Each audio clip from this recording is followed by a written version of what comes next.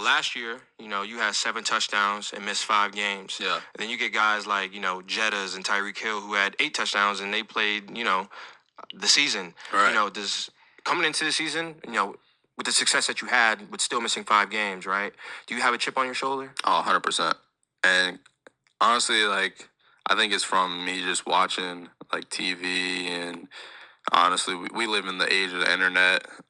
So you always see, you know, these sports analysts talking about this guy bound for a breakout season and this guy's going to do this and this guy's going to do that. And, like, I'm never mentioned. And, like, I keep that back in my head. That's what I work for. You know what I'm saying? Like, people say they don't say my name, and that's what I want. They feel honestly, take it personal. I take it personal. Yeah, take that shit personal. So when the season comes, I feel like that's why last year when I felt like they passed up on me in the draft, all those teams, like I had to make them feel me. That's why I came out first game, 2 touchdowns, game winner. Game winner. Yeah. What are talking about? Yeah. What are they talking about? 4 touchdowns, first 4 games. Like I feel like I had to make them respect me. Like I feel like I wasn't getting the respect that I need, and I had to make them respect me. So this year, I feel like I gotta come crazy. Honestly, I feel like this is my breakout year. It's what I've been working hard for, and I gotta make them feel me.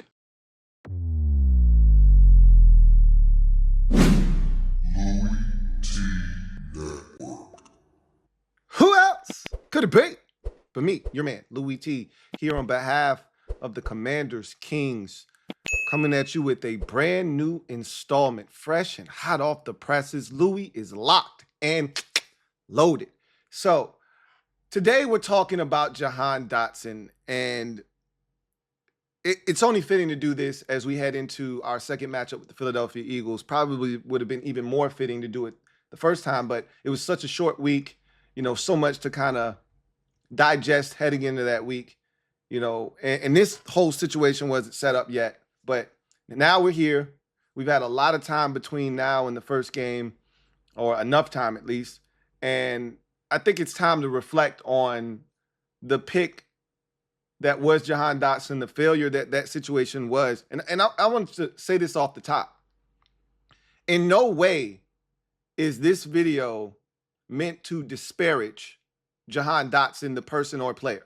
I got no ill will as a fan towards Jahan Dotson at all. The only thing I hate is that he plays for the Philadelphia Eagles. But we did that, right? We did that. We did what was best for us. And sending him to Philadelphia was going to maximize our value is what I have to believe. So that's the only thing I hate about the whole situation. But what I can tell you is I was very disappointed in Jahan Dotson, the first round pick. And after Chase Young, I don't think anyone has pulled the wool over our eyes more so than Chase Young. After Chase Young, Jahan Dotson has to be the next most disappointing first-round pick that we've had here in the last 7 years. And we've had some disappointing picks, right? Dwayne Haskins, God rest his whole soul, but none of us wanted Dwayne Haskins. We don't really think that Brandon Sheriff was a disappointment. He just didn't want to play here. We didn't have any issues with Montez Sweat. Was he what we wanted him to be? Probably not, but we would have re-signed him. And a lot of you, including me, would have been fine with it. I didn't want to pay Montez Sweat, though. And you see, he only has 4.5 sacks this season. I was cool with him being shipped out and getting the best value you could for him and moving on, right? But ultimately, Jahan Dotson came out with a bang, and you heard him talk about it when he was with that Second Win podcast a couple of years back, and we got all excited about this kid. And his rookie season, he comes out, 2 touchdowns in his first game against Jacksonville, the game winner. The next week against Detroit, has a touchdown grab. And, he was phenomenal to start his rookie campaign. And there were a lot of questions surrounding the selection of Jahan Dotson, right? There are a lot of players that fans look back on now. We should have drafted Trent McDuffie. We should have drafted, Kyle Hamilton. We should have drafted Chris Olave. Well, they didn't, okay? The last regime didn't. And there was at one point where we looked at that trading back and then selecting Jahan Dotson And that trade helped net us Brian Robinson Jr. and Cole Turner and Sam Howell. We were looking at that as the foundation of the future. Well, clearly that isn't the case now, is it? But the big centerpiece of that was Jahan Dotson. And he was supposed to finally give Terry a running mate. He was supposed to be Robin to Terry's Batman. And we thought we had figured it out. And there were some of you who even went as far as to say that this man was better than Terry. Shame on you. You know who you are. But there were some of you that even tried to spread the blasphemous narrative that this guy was better than Terry McLaurin. And I always would say, hey, the hope is that he's better than Terry. Then we'll have 2 number 1 receivers. That's the hope. But it didn't matter to me if he was better. I just needed him to complement 17. That was it. That was his one job that he needed to do. And we went into that sophomore season saying, they better look out. And there were so many more clips like the one you just heard of Jahan Dotson talking about how he feels disrespected, how he got to make them feel him, and how he and Terry McLaurin can be the best duo in the league. There are so many clips circulating the interweb of him talking and getting us excited as a fan base, only for him to disappoint us, just like Chase Young did, and many others before him, Robert Griffin III, so forth and so forth. It's one thing if a guy just is never really good, like Josh Doctson, for instance. He never was good. You never got your hopes up. You knew you made a mistake, you know? It's another thing to pull the wool over our eyes after you get us excited. Jahan Dotson pulled the wool over our eyes. Something terrible. Very fierce. And that second year was as disappointing as Chase Young's second year. And at least Chase Young's season ended in injury and you could make excuses for him. And even when he came back, you could try to make excuses if you were a Chase Young stan. Jahan Dotson was healthy. He just wasn't productive. And, you could try to blame it on the quarterbacks. You could blame it on the offensive coordinator. We did all of those things above. You put the blame everywhere but on Jahan Dotson. New regime comes in, and we're thinking Jahan's finna explode now. Right? Got us a real offensive coordinator that's going to get him the football. Got a real quarterback, more importantly, that's going to get him the football. Jahan's going to get back to that rookie season form, but he's going to exceed that tenfold. And the man doesn't even make it out of the preseason as a Commander. He gets traded instead. And it sent all kinds of shockwaves through the fan base. We were befuddled, dumbfounded. What are they doing? The thing that saved us as fans we were so trusting and trustworthy of Adam Peters that we said, something has to be wrong with Jahan Dotson.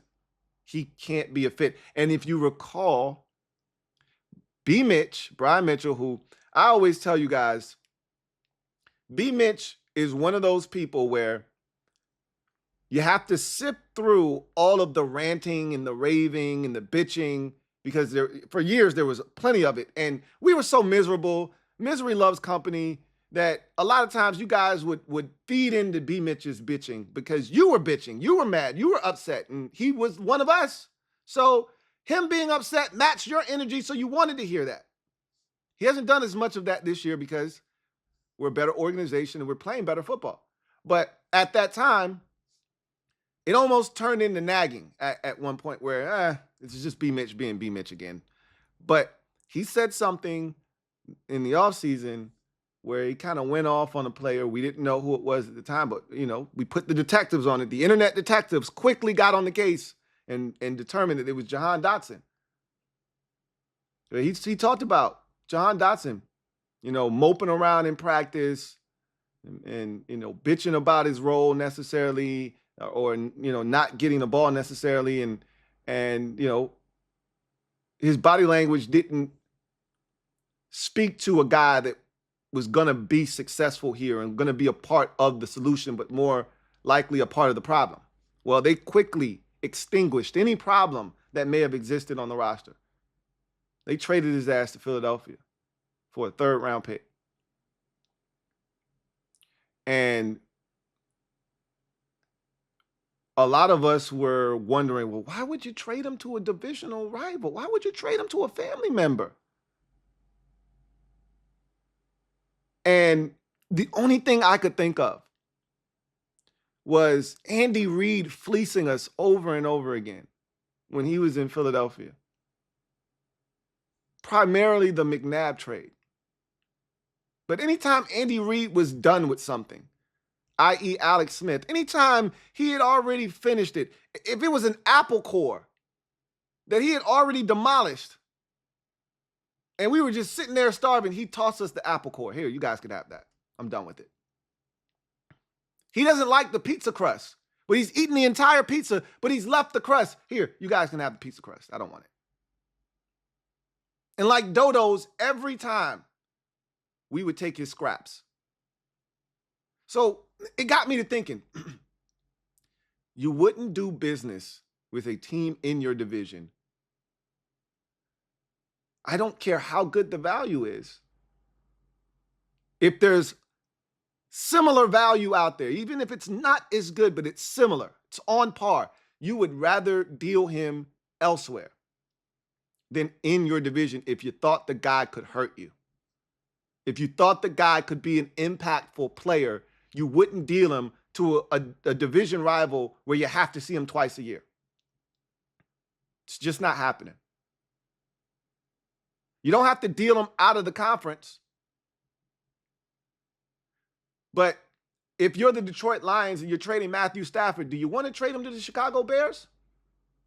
Nah, don't want to see Matthew Stafford twice a year. I'll trade him to the Rams. May see him once every 4 years, depending on if we win the division, they win the division. May see him every year, but I won't see him twice a year. I won't see him twice a year. You the Minnesota Vikings, you trade Stephon Diggs. You're not going to trade him to the Green Bay Packers, are you? No, because you know what kind of a player he is. You know he can hurt you. May not be the best teammate, may not be the best locker room guy, but he's a damn good football player. I'm not going to trade him there. I'll trade him to the Buffalo Bills. Trade him out of the conference altogether. Generally, if you're trading a player, unless you want to do right by the player and he wants to go to a specific destination, you usually aren't looking to give an advantage or an upper leg or an upper hand to an opponent within the division. And they traded him to Philadelphia. So immediately, bells and whistles started going off, and I started to ask myself, why would they do that? Because I still think Jahan Dotson's talented, but clearly something's amiss with Jahan Dotson. Something's amiss. And I can't tell you exactly what it is. He was never a physical player. And so that was the thing that struck me as odd, was that people were expecting him and asking him to do things that he wasn't even doing in college. He's not a physical football player. Never has been, never will be. You can always beat Jahan Dotson with physicality. In the first game when we played against them, they tried to throw him a slant, and Mikey hit him, knocked the ball out of his hand, and pushed him on the ground on third down, forced a punt. He's soft. He's always been soft. He will always be soft. That's not who we want to be as a football team. They put him out there to block on wide receiver screens, and he was getting blown up, and he was disinterested, and they weren't having it. As receivers, we were always taught, you got to work for food. You want to eat, you got to block. Or as a wise man once told me, you want the rock, you got to block.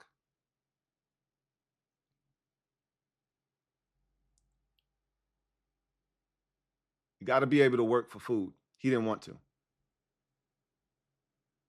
He's gone to Philadelphia, and I mean, he's been just like every third receiver that's come through there the last 3-4 years. Olamide Zaccheaus was their third receiver a couple of years ago.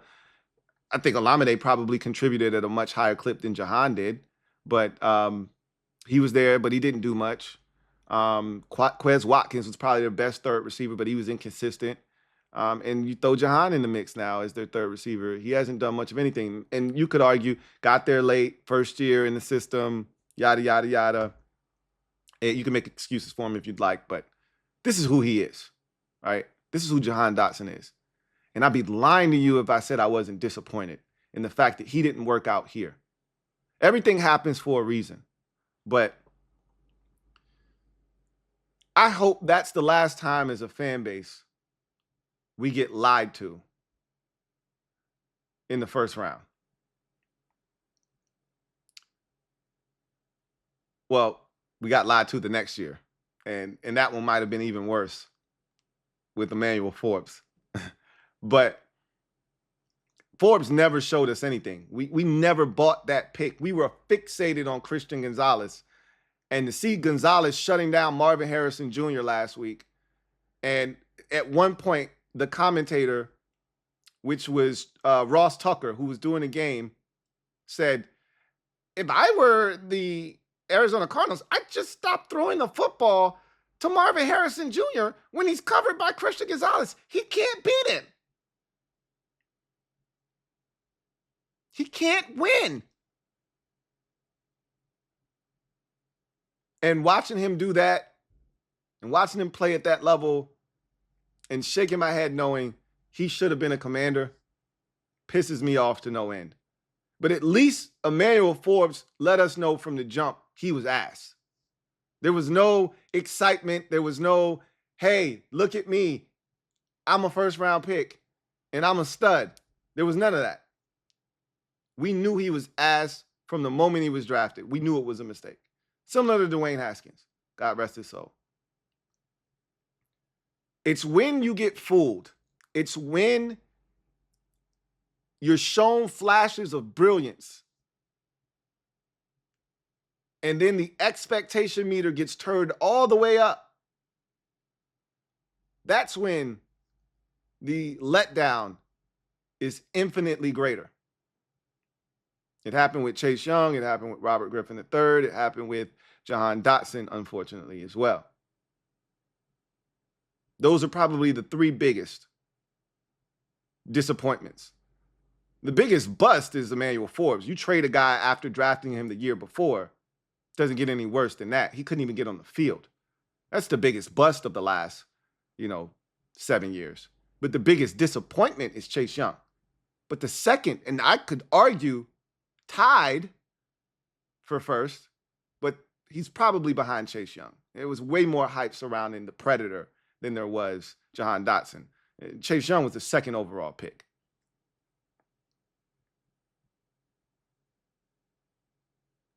Right behind Chase Young is Jahan Dotson, and the disappointment of him never flourishing into that compliment for Terry McLaurin, never becoming the guy we drafted him to be in the first round. And yeah, it did set us back a little bit. We're still looking for a number 2 receiver to this day. Still don't have that guy on the roster. We're hoping to rectify that problem this offseason, but we still don't have a true number 2. And it's all because of Jahan Dotson. Again, no ill will towards him. I wish him nothing but the best except when he plays the Commanders twice a year. Hate the team that he plays for, but I hate even more that we got our hopes up thinking that we had found the answer opposite of 17. He tricked us. He tricked you. He tricked you. He tricked all of us, me included. Tell me how you felt about Jahan Dotson from the jump, how you felt about him through his rookie season, after his rookie season, and going into year 2. Where was your head at on Jahan Dotson? I thought we had us a tandem, man. Boy, Jahan Dotson let us down. It wasn't just him. It was a lot of bad in 2023. A lot of bad, and he was a part of it. But to not be able to bounce back in 2024 and show the new group why he was a first-round pick, that is probably the biggest crime in all of this. Because there was a number of reasons why he didn't perform in 2023. And he wasn't alone. Terry didn't have the numbers he was supposed to last year. We know that Eric Bieniemy is an awful play caller. We know that this was a sinking ship that was destined to sink to the depths of the ocean, and anybody on that ship who didn't know how to swim was going to drown. It was the Titanic last year. That thing was going down with no equivocations. What's unfortunate for us is we thought Jahan Dotson, he told us he was an Olympic class swimmer, but he couldn't swim.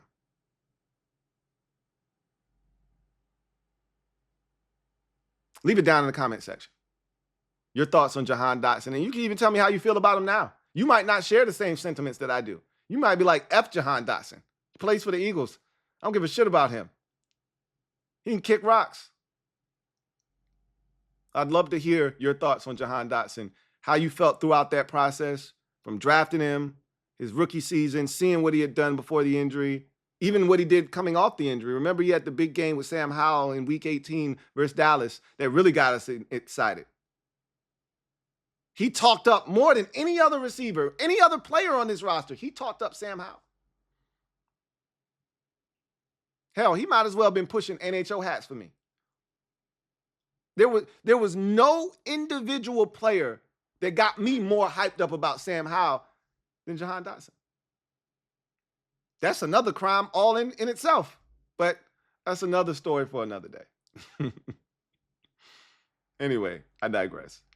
That's going to do it for me, your man Louie Tee, here on behalf of the Commanders Kings. You know what to do. Hit that like button. Subscribe for more great content if you haven't already done so. And, of course, turn on that notification bell so you don't miss a thing when the Kings show up on your screen. You will be in attendance. Until next time, I'm your man Louie Tee, signing off. Enjoy your weekend. Big game on Sunday against the Philadelphia Eagles. Let's go get that dub. I'll see you guys next time. Have a good one. Louie Tee Network.